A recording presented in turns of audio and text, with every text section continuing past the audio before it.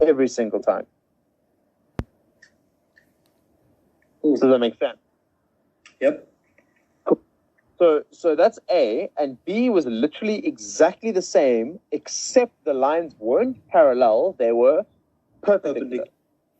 So that just added that extra set of steps that we discussed over here in the bracketed section.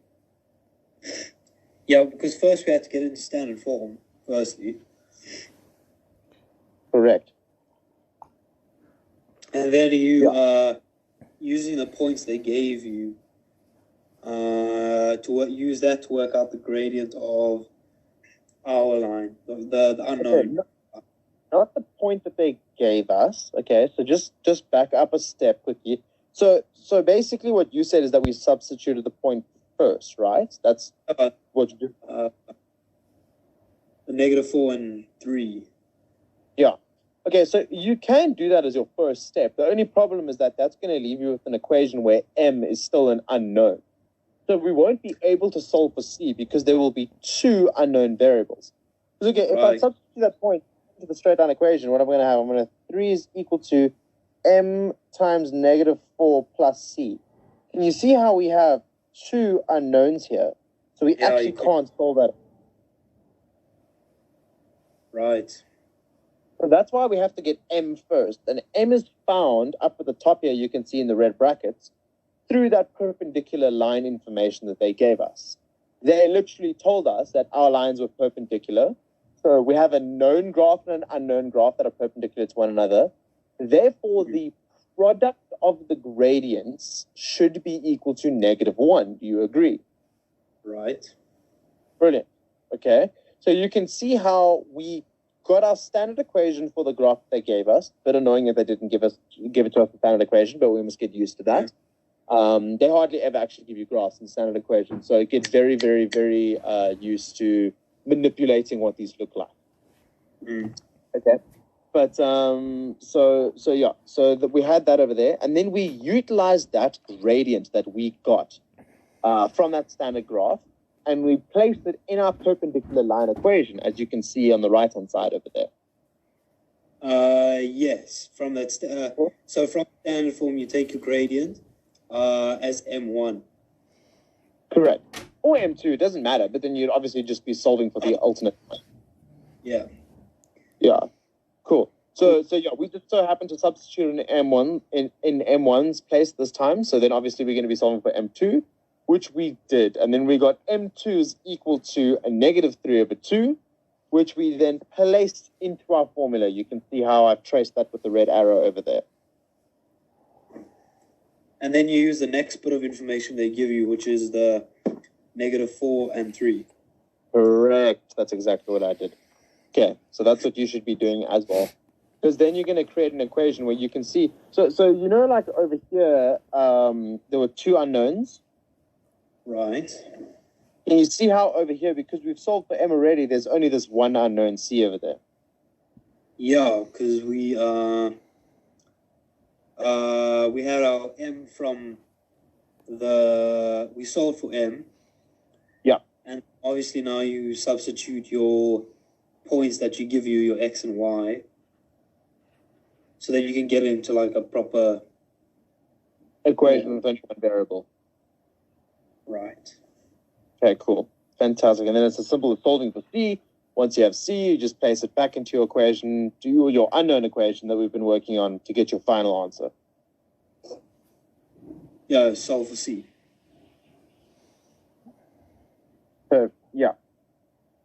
So I just want to actually show you something here with perpendicular lines. Okay, so this is just going to be something that you wouldn't just use in your tests because you're going to obviously have to write out the full equation, but it helped me just do it more quickly, okay?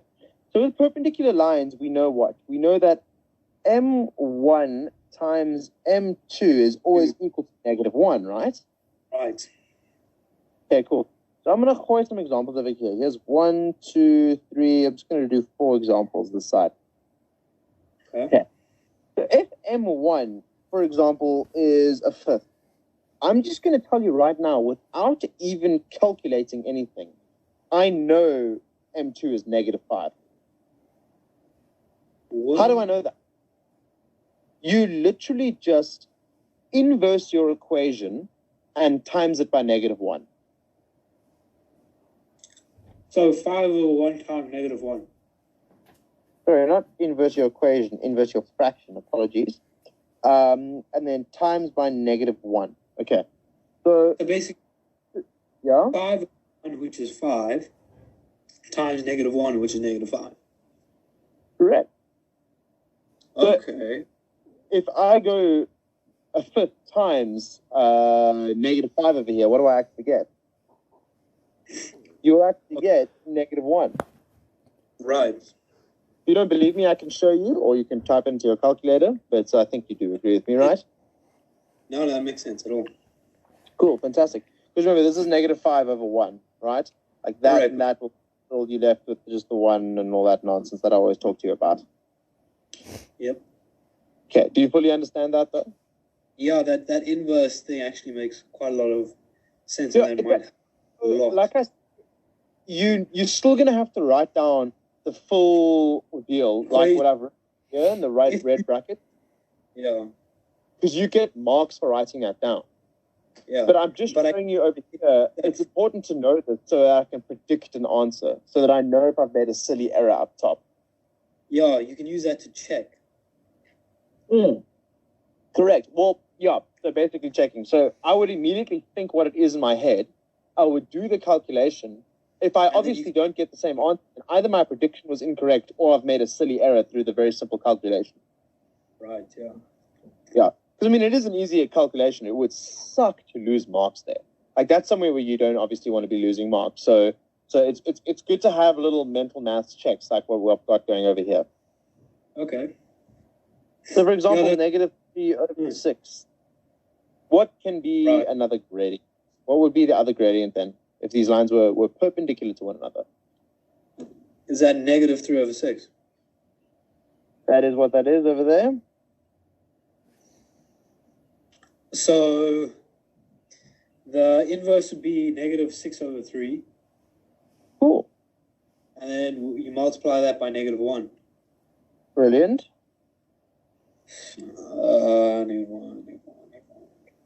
And then -2. Brilliant.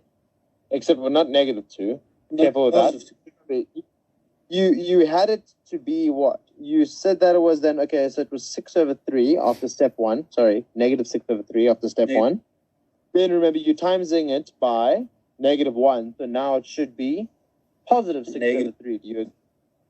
Oh, sorry, positive, yes. Negative times negative. And then you simplified it to be what?